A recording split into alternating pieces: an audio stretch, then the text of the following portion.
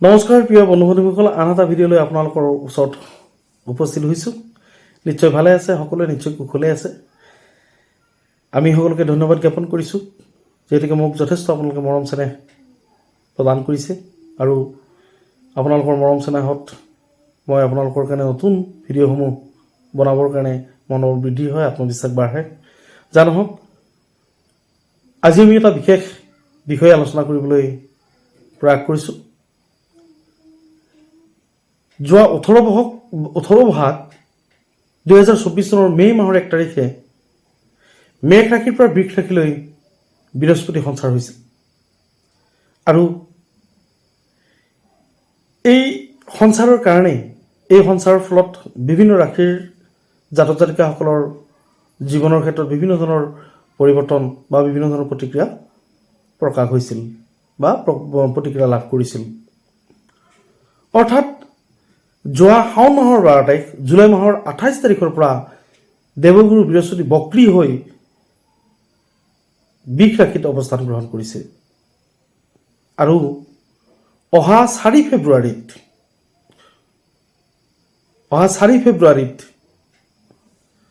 এই দেৱগুৰু বৃহস্পতিয়ে বক্ৰী গতি ত্যাগ কৰি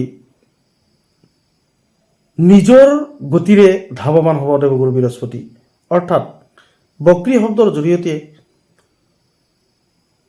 বক্ৰী শব্দটোৰ অৰ্থ কি বা বক্ৰী হৈ কেনেকৈ বক্ৰী হয়, এই কথাখিনি নিশ্চয় আপোনালোকে বুজিব লাগিব। অৰ্থাৎ আমি যি গতিৰে গৈ থাকোঁ এইটো এটা সাধাৰণ গতি, আৰু যদি ওলোটা গতিৰে গতি কৰিবলৈ লওঁ সেইটো হৈছে বক্ৰী গতি, বক্ৰ গতি। অৰ্থাৎ আমাৰ গ্ৰহবিলাকে এই ধৰণৰ পজিশ্যনত ঘূৰি থাকে আৰু যেতিয়া ওলোটাকৈ ঘূৰিবলৈ আৰম্ভ কৰে সেইটো হ'ল বক্ৰী গতি বা বক্ৰ গতি। অৰ্থাৎ এই ধৰণেই শাওণৰ 12 তাৰিখ অৰ্থাৎ যোৱা বছৰৰ জুলাই মাহৰ 28 তাৰিখে দেৱগুৰু বৃহস্পতিয়ে বক্ৰী গতি কৰিবলৈ আৰম্ভ কৰিছিল বৃষ ৰাশিত থাকি, আৰু অহা 4 ফেব্ৰুৱাৰী তাৰিখত এই বক্ৰী গতি ত্যাগ কৰি নিজৰ গতিৰে ধাৱমান হ'বলৈ আগবাঢ়িছে দেৱগুৰু বৃহস্পতি। ই এক মহাজাগতিক পৰিঘটনা।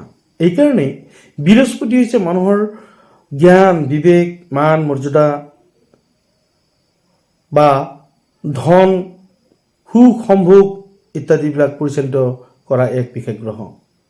সেয়েহে দেৱগুৰু বৃহস্পতিক এক শুভ গ্ৰহ বুলি বিবেচিত হৈ আহিছে। আৰু এই দেৱগুৰু বৃহস্পতি সমগ্ৰ মানৱ জীৱনৰ ক্ষেত্ৰত বিশেষ প্ৰভাৱ থকা দেখা যায়। দেৱগুৰু বৃহস্পতিৰ প্ৰতিক্ৰিয়াসমূহে মানুহৰ জীৱনত বা অশুভ বা শুভ ইত্যাদি প্ৰতিক্ৰিয়া প্ৰকাশ কৰে। অৰ্থাৎ ভাল স্থানত বা ভাল অৱস্থাত যদি দেৱগুৰু বৃহস্পতিৰ অৱস্থান গ্ৰহণ কৰে বা দৃষ্টি প্ৰদান কৰে, তেতিয়াহ'লে সেই জাতক জাতিকাই সুন্দৰ ফল লাভ কৰিবলৈ সক্ষম হয়। আৰু যদি দেৱগুৰু বৃহস্পতি অশুভ স্থানত থাকি বা অশুভ দৃষ্টি প্ৰদান কৰে, তেতিয়া দেৱগুৰু বৃহস্পতিৰ অশুভ প্ৰতিক্ৰিয়া লাভ কৰিবলৈ সক্ষম হয়। প্ৰিয় বন্ধু বান্ধৱীসকল, আমি অহা 4 ফেব্ৰুৱাৰী তাৰিখে গুৰু মাৰ্গী হোৱা হিচাপে বা মাৰ্গী হোৱাৰ ফলত কি ৰাশিৰ কাৰণে প্ৰতিক্ৰিয়া কেনেধৰণৰ হ'ব বা শুভ প্ৰতিক্ৰিয়া, অত্যাধিক শুভ প্ৰতিক্ৰিয়া কোন ৰাশিৰ জাতক জাতিকাসকলে লাভ কৰিব, আমি তেনেধৰণৰ ভিডিঅ' এটা লৈ আপোনালোকৰ মাজত উপস্থিত হৈছোঁ। যদি ভিডিঅ'টি ভাল লাগে তেতিয়াহ'লে এটা লাইক কৰি দিব, আৰু যদি এতিয়ালৈ মোৰ এই চেনেলটি ছাবস্ক্ৰাইব কৰা নাই তেতিয়াহ'লে আপুনি প্ৰথমতেই মোৰ চেনেলটি ছাবস্ক্ৰাইব কৰি ল'বৰ কাৰণে আবেদন জনাইছোঁ, আৰু আপোনাৰ বন্ধুবৰ্গৰ মাজত মোৰ এই ভিডিঅ'সমূহ বিলাই দিবৰ কাৰণে বা প্ৰেৰণ কৰিবৰ কাৰণে আহ্বান জনাইছোঁ। যা নহওক, আহক আমি ভিডিঅ'লৈ যাওঁ।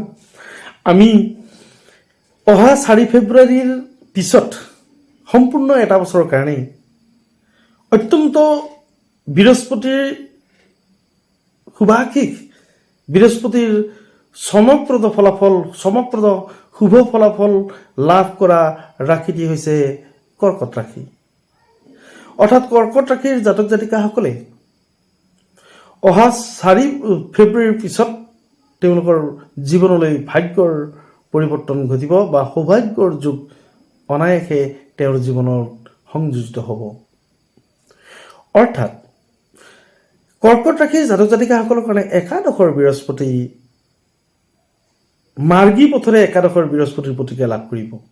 একাদশত বৃহস্পতি যাৰ কুকুৰে মৈতানে তাৰ, এই ধৰণৰ আপ্তবাক্যশাৰীৰ সম্পূৰ্ণ ফলাফল লাভ কৰিব কৰ্কট ৰাশিৰ জাতক জাতিকাসকলে।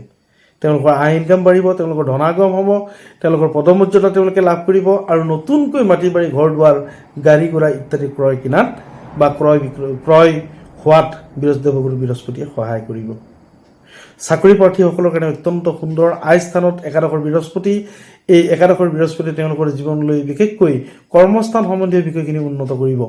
যিসকল লোকে নিজক প্ৰতিষ্ঠা কৰিবৰ কাৰণে অনবৰতে ষ্ট্ৰাগল কৰি আছে, সেইসকলৰ জীৱনলৈ, সেইসকল কৰ্কট ৰাশিৰ জাতক জাতিকাৰ জীৱনলৈ লৈ আহিব চমকপ্ৰদ ভাগ্যফল। শিক্ষাৰ্থীসকলৰ কাৰণে অত্যন্ত শুভ। আৰু বৃহস্পতিৰ কাৰকতাত যিসকল আৰ্টছ বা সাহিত্য কলা বিভাগৰ ছাত্ৰ ছাত্ৰী আছে, তেওঁলোকে শুভ ফল প্ৰদৰ্শন কৰিবলৈ সক্ষম হ'ব। দাম্পত্য সুখ বা দাম্পত্য সুখ তেওঁলোকে লাভ কৰিব। ঘৰুৱা কাজিয়া, ঘৰুৱা মনোমালিন্য ইত্যাদিবিলাক পৰিত্যাগ কৰি তেওঁলোকৰ নতুন পৰিৱেশ সৃষ্টি হ'ব আৰু সুখ সম্ভোগ লাভ কৰিব। সতী সন্তানৰ উন্নতি, সতী সন্তানৰ কেৰিয়াৰক লৈ চিন্তিত হৈ থকা অভিভাৱকসকলে এতিয়াৰ পৰা আৰু চিন্তা কৰিব নালাগে। এইকাৰণেই যে সতী সন্তানৰ সুফল আনন্দিত হ'ব পিতৃ মাতৃ, অৰ্থাৎ কৰ্কট ৰাশিৰ জাতক জাতিকাসকল। আমি দ্বিতীয় ভাগ্যশালী ৰাশি হৈছে মকৰ ৰাশি। অৰ্থাৎ অহা ফেব্ৰুৱাৰী 4 তাৰিখৰ পৰা গুৰু মাৰ্গী হোৱাৰ কাৰণেই সৌভাগ্য লাভ কৰিব বা সৌভাগ্যৰ চমকপ্ৰদ প্ৰতিক্ৰিয়া লাভ কৰিব মকৰ ৰাশিৰ জাতক জাতিকাসকলে। মকৰ ৰাশিৰ জাতক জাতিকাসকলৰ কাৰণেই পঞ্চম স্থানৰ বৃহস্পতি অৰ্থাৎ লক্ষী স্থানৰ বৃহস্পতি দেৱগুৰু বৃহস্পতিয়ে তেওঁলোকৰ জীৱনলৈ আনিব ধন, সন্মান, পদমৰ্যাদা আৰু তেওঁলোকৰ স্থিতি। কৰ্মস্থান অত্যন্ত উন্নত। তেওঁলোকৰ কৰ্মস্থানত ধনাগমৰ লগে লগে তেওঁলোকে মান সন্মান ইত্যাদি সকলোবিলাক বস্তু লাভ কৰিব। মকৰ ৰাশিৰ জাতক জাতিকাসকলৰ কাৰণে বৃহস্পতি পঞ্চমস্থ হৈ শুভ দৃষ্টি প্ৰদান কৰাৰ বাবে তেওঁলোকৰ জীৱনলৈ সুখ সম্ভোগ, দাম্পত্য জীৱন অত্যন্ত উন্নত হ'ব আৰু তেওঁলোকৰ পাৰিবাৰিক সমন্বয় বা পাৰিবাৰিক মিলনৰ ক্ষেত্ৰত বৃহস্পতিয়ে অগ্ৰাধিকাৰ পাব বা বৃহস্পতিৰ জৰিয়তে তেওঁলোকে লাভ কৰিব সুখ শান্তি। মকৰ ৰাশিৰ ছাত্ৰ ছাত্ৰীসকলৰ কাৰণে অত্যন্ত সুন্দৰ। তেওঁলোকে যিহেতুকে পঞ্চম স্থান, বিদ্যা বন্ধু স্থান পঞ্চম স্থান বা লক্ষী স্থান পঞ্চম স্থানত বৃহস্পতিৰ অৱস্থান, এইটো তেওঁলোকে উপযুক্ত ফল প্ৰদৰ্শন কৰিবৰ কাৰণে সক্ষম হ'ব। তেওঁলোকৰ আত্মবিশ্বাস আৰু মনোবল বৃদ্ধি হ'ব। আৰু মকৰ ৰাশিৰ জাতক জাতিকাসকল বিশেষকৈ ব্যৱসায়ীসকলৰ কাৰণে অত্যন্ত সুন্দৰ। তেওঁলোকে দেৱকাৰ্যৰ লগত জড়িত হৈ থকা ব্যৱসায়, অৰ্থাৎ পূজাৰ সামগ্ৰীৰ দোকান বা দৈনন্দিন খাদ্য সামগ্ৰী, গ্ৰ'চাৰী বা ৰত্নৰ দোকান বা জুৱেলাৰীৰ দোকান ইত্যাদিবিলাকৰ ব্যৱসায়ীয়ে অত্যন্ত লাভান্বিত হ'ব অহা বছৰটো। আৰু একেবাৰে শেষত আমি আহিছোঁ অত্যন্ত ভাগ্যশালী ৰাশিৰ ভিতৰত আছে বৃশ্চিক ৰাশি। বৃশ্চিক ৰাশিৰ সপ্তমস্থ বৃহস্পতিয়ে বৃশ্চিক ৰাশিলৈ পূৰ্ণ দৃষ্টি প্ৰদান কৰাত বৃশ্চিক ৰাশিৰ জাতক জাতিকাৰ কাৰণেই অত্যন্ত সুন্দৰ শুভ হৈ পৰিছে অহা এটা বছৰ। অহা এটা বছৰ তেওঁলোকে বিশেষকৈ অবিবাহিত পাত্ৰ পাত্ৰীসকলে লাভ কৰিব উপযুক্ত পাত্ৰ বা পাত্ৰী। তেওঁলোকে লাভ কৰিব অত্যন্ত সুন্দৰ ব্যৱস্থা, অত্যন্ত সুন্দৰ বৈবাহিক সম্বন্ধ। গতিকে এই বৃশ্চিক ৰাশিৰ ছাত্ৰ ছাত্ৰীসকলে লাভ কৰিব মনোবল, আত্মবিশ্বাস, চাকৰিয়ালসকলৰ পদোন্নতি হ'ব। বৃশ্চিক ৰাশিৰ সপ্তম স্থানৰ বৃহস্পতিৰ শুভ কাৰকতাত তেওঁলোকৰ জীৱনলৈ আহিব সুখ শান্তি। বন্ধু বান্ধৱীসকল, আজিৰ এই তিনিটা ৰাশিৰ চমকপ্ৰদ ভাগ্যফল লৈ আপোনালোকৰ মাজত উপস্থিত। যদি ভিডিঅ'টো ভাল লাগে তেনেহ'লে এটা লাইক কৰি দিব আৰু কমেণ্টত উল্লেখ নকৰাকৈ নাথাকিব। ওম নমঃ শিৱায়। ধন্যবাদ।